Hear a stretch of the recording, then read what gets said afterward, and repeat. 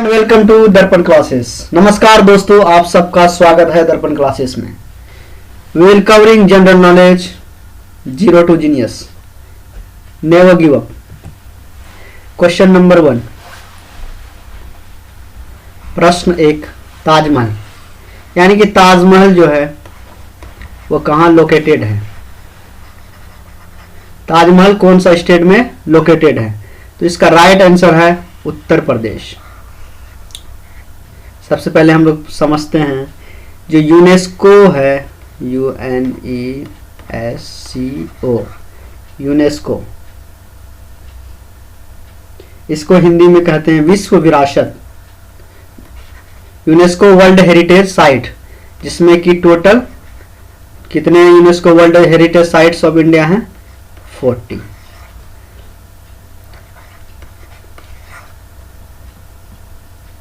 बत्तीस जो है वो है कल्चरल्स और 7 जो है वो है नेचुरल। कल्चरल का मतलब कि मॉन्यूमेंट वगैरह है, स्मारक वगैरह हैं, जैसे ताजमहल है, लाल किला है, इस तरह कितने हैं? 32।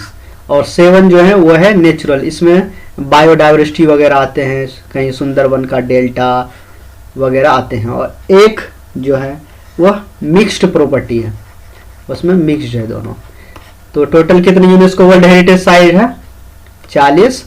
32 क्या है? कल्चरल है, 7 नेचुरल है, 1 मिक्स्ड है। तो ताजमहल कहाँ लोकेटेड है? उत्तर प्रदेश में।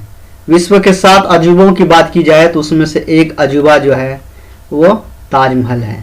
तो ताजमहल को बनाया किसने था? शाहजहां ने बनवाया था। बनाया तो मजदूरों ने था, लेकिन बनवाया किसने था? शाहजहां ने। किसकी यादगार में? बेगम मुमताज महल की यादगार में। तो चलिए क्वेश्चन नंबर 2 की ओर बढ़ते हैं। क्वेश्चन नंबर 2, आगरा का किला। आगरा का जो किला है वो भी उत्तर प्रदेश में लोकेटेड है। ये भी यूनेस्को वर्ल्ड हेरिटेज साइट जो है टोटल 40, उनमें से एक ये भी है उत्तर प्रदेश का किला। ये आप देख सकते हैं उत्तर प्रदेश का किला, जो कि दिल्ली के ताजमहल के जैसे हूबहू मिलती है। चलिए क्वेश्चन नंबर 3 की ओर बढ़ते हैं। अजंता की गुफाएं। अजंता की गुफाएं ये भी यूनेस्को वर्ल्ड हेरिटेज साइट में है। तो इसका जो राइट आंसर है वो है महाराष्ट्र में लोकेटेड है। कब इसको यूनेस्को वर्ल्ड हेरिटेज साइट में कन्वर्ट किया गया? 1983 में इसको यूनेस्को वर्ल्ड हेरिटेज साइट की लिस्ट में डाला गया। ये आप देख सकते हैं अजंता की गुफाएं, ये महाराष्ट्र में है। इसमें बुद्धिज्म, जैनिज्म, हिंदुइज्म की पुरानी मूर्तियां बनी हुई है, प्राचीन काल की। तो चलिए क्वेश्चन नंबर 4 की ओर बढ़ते हैं। एलोरा की गुफाएं। तो इसका राइट आंसर है एलोरा की गुफाएं जो है वो महाराष्ट्र में ही लोकेटेड है। इसका भी जो यूनेस्को वर्ल्ड हेरिटेज साइट में लिस्ट करा गया वो 1983 ईस्वी में इसको यूनेस्को वर्ल्ड हेरिटेज साइट की लिस्ट में डाला गया। ये फिगर में आप देख सकते हैं, ये एलोरा की गुफाएं। उसके बाद हम आते हैं क्वेश्चन नंबर 5 की ओर। कोणार्क का सूर्य मंदिर। कोणार्क का जो सूर्य मंदिर है यानी कि सन टेम्पल इसको कहते हैं, सन टेम्पल। सन टेम्पल ये लोकेटेड है ओडिशा में। कब इनको यूनेस्को वर्ल्ड हेरिटेज साइट में ये किया गया? तो इसको किया गया 1984 में। ये फिगर आप देख सकते हैं, ये है कोणार्क का सूर्य मंदिर। ये आप यहाँ गौर से फिगर को देखिए, ये जो आप गोल चक्र देख रहे हैं यही है सन टेम्पल की चक्र। क्वेश्चन नंबर 6 की ओर बढ़ते हैं। तो मैं आपको बता दूं टोटल 40 जो यूनेस्को वर्ल्ड हेरिटेज साइट थी उसमें से ये 5 मैंने आपको अभी कवर किया, बाकी आने वाले वीडियो में मैं और कवर करूंगा। तो चलिए आगे बढ़ते हैं दूसरे टॉपिक पे। तो दूसरी जो टॉपिक है ये है वाहन की चाल की वृद्धि दर को मापने का यंत्र। जो वाहन होती है उसकी कितनी स्पीड है, कितनी चाल है, उसकी जो वृद्धि दर होती है उसको मापने का जो यंत्र होता है उसका नाम क्या है? तो उसका नाम है एक्सीलरोमीटर। एक्सीलरोमीटर वाहन की चाल की वृद्धि दर को मापने का यंत्र है एक्सीलरोमीटर। तो क्वेश्चन नंबर 7 की ओर बढ़ते हैं। क्वेश्चन नंबर 7 है वायु की शक्ति और गति का यंत्र। वायु कितनी शक्तिशाली है, कितनी तेज है, और उसकी मोशन यानी गति कितनी है, उस पर निर्भर करती कि वायु कितनी शक्तिशाली। अक्सर आप देखते होंगे गांव में या शहर में जब बहुत तेज आंधी आती है, तूफान आती है, तो बड़े बड़े पेड़ टूट जाते हैं, घर का क्षतिग्रस्त हो जाता है। तो वायु की जो स्पीड ज़्यादा होती है और वो शक्तिशाली होने के कारण तो ये जान माल की क्षति होती है। तो इसको जो मापा जाता है, उस मापने का यंत्र जो होता है उसको बोलते हैं एनीमोमीटर। क्या बोलते हैं? एनीमोमीटर। ये आप फिगर में देख सकते हैं, ये जो लगा हुआ है ये कप के आकार का। एक्चुअली जब हवा जब तेज चलती है इस पे पड़ती है, जब पड़ने के बाद ये क्या होता है, एक डायरेक्शन में घूम जाता है ये। उसके बाद ये पता चलती है कि वायु किस डायरेक्शन में जा रही है। अगर इस डायरेक्शन में जाएगी तो ये इस तरह हो जाएगी, मतलब जिस डायरेक्शन से वायु आएगी इस पे पड़ने के बाद ये उसको उस डायरेक्शन की ओर मोड़ देगी। तो ये सुनिश्चित हो जाता है कि वायु किस डायरेक्शन में जा रही है और उसकी स्पीड कितनी है, मोशन कितनी है। तो चलिए क्वेश्चन नंबर 8 की ओर बढ़ते हैं। अपारदर्शी चित्रों को पर्दे पर दिखाने का काम आने वाला उपकरण। कौन सा उपकरण जो है वो अपारदर्शी चित्र। आप 3 तरह के पढ़े होंगे, पारदर्शी, पारदर्शी, अपारदर्शी और एक होता है पारभासी। पारभासी इंग्लिश में आप पढ़े होंगे ट्रांसपेरेंट, उसके बाद ट्रांसलूसेंट, उसके बाद ओपेक, अपारदर्शी।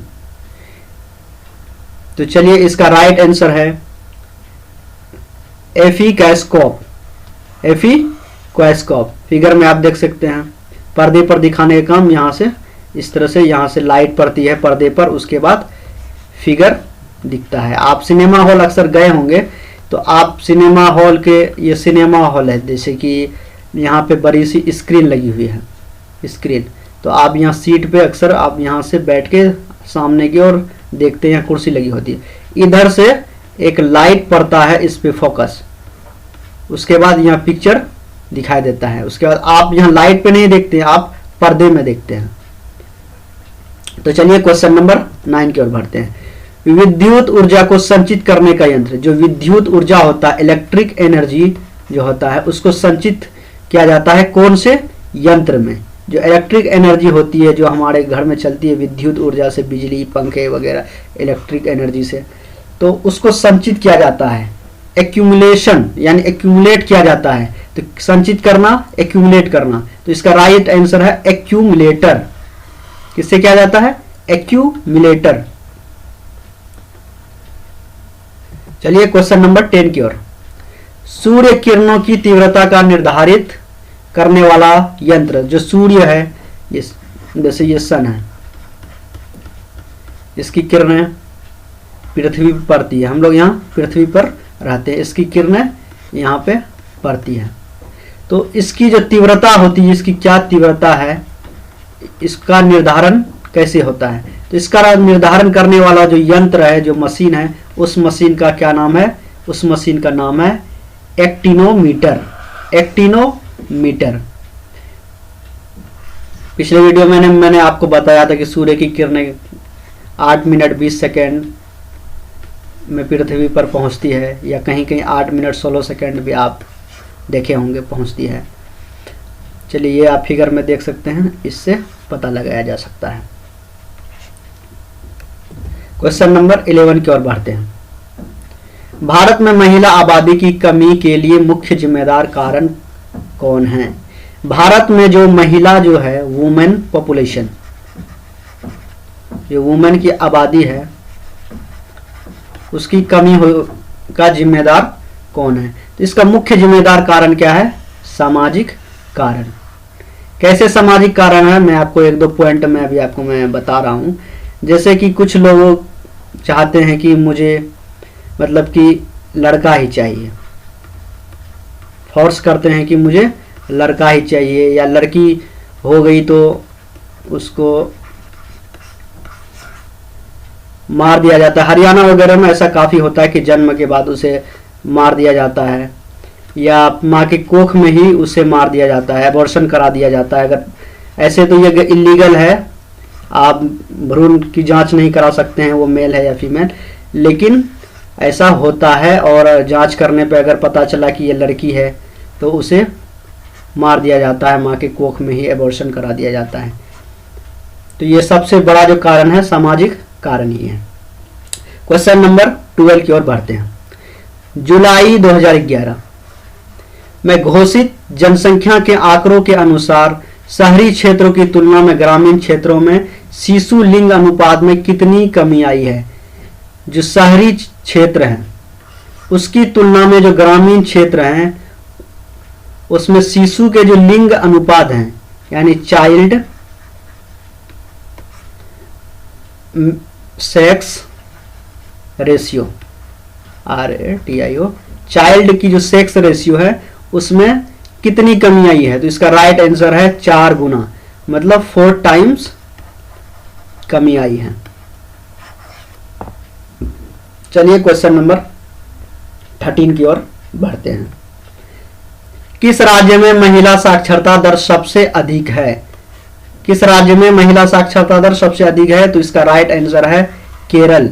चाहे सबसे अधिक साक्षरता दर वाले राज्य की बात करी जाए तो इसका राइट आंसर होगा, क्या होगा? केरल। केरल यहाँ पे लोकेटेड है। सबसे ज्यादा साक्षरता दर वाले राज्य केरल, या महिला साक्षरता दर वाला राज्य केरल, या पुरुष साक्षरता दर वाला राज्य केरल। यानी कि अल्टीमेटली ये कह सकते हैं सबसे ज्यादा शिक्षित राज्य केरल ही है। चाहे महिला हो या पुरुष की बात करी जाओ, केरला सबसे ज्यादा शिक्षित राज्य है। क्वेश्चन नंबर 14, कुकी किस राज्य से संबंधित है? ये आप देख सकते हैं कुकी लोग मणिपुर, इसका राइट आंसर है मणिपुर के लोग। ये अपनी जो ट्रेडिशन है अलग, ये ड्रेस उनकी देख सकते हैं, इससे पहन रहे हुए हैं, सर पे ये पहने हुए, पुरानी जो ट्रेडिशन है उसमें मनाते हैं। तो इसका राइट आंसर है मणिपुर। ये मणिपुर से रिलेटेड है कुकी। क्वेश्चन नंबर 15, भारत का सबसे बड़ा आदिवासी समुदाय कौन सा है? तो इसका राइट आंसर है गोंड। गोंड जो समुदाय है वो सबसे बड़ा आदिवासी समुदाय है। तो सबसे पहले हम समझते हैं आदिवासी होता क्या है। तो इसका साधारण सा अर्थ है आदिवासी का, जो लोग इस समाज से, इस सोसाइटी से, जो सोसाइटी में हम लोग रहते हैं, एक डेवलपमेंट है, एक शिक्षा है, एक स्कूल है, कॉलेज है, हॉस्पिटल है, इस प्रकार सोसाइटी हर चीज़ों से जो सुख सुविधा है टेक्नोलॉजी से लेस कह सकते हैं, जैसे मोबाइल फ़ोन, ये सब टेक्नोलॉजी से लेस होते हैं आदिवासी। ये कहाँ रहते हैं? जंगलों में रहते हैं। जंगलों में रहते हैं, ये मतलब अलग ही दुनिया में रहते हैं, सबसे कट के रहते हैं। पहले से तो काफ़ी सुधार आया है इन सब में, आप देख सकते हैं कपड़े भी पहनने लगे हैं। पहले ये लोग जंगल में ही रहते थे, वहीं पोशाक पहनते थे, खाल पहनते थे, पेड़ पौधे से अपना जीवन यापन करते थे। अब धीरे धीरे काफ़ी योजनाएं चल रही है जिसके कारण उनमें काफ़ी सुधारें आई है। तो the end, thanks for watching, subscribe to our channel for more videos. धन्यवाद, मेरे साथ इसी तरह बने रहे। आने वाले वीडियो में मैं और भी आपके लिए इंटरेस्टिंग फैक्ट, नॉलेज शेयर करूंगा।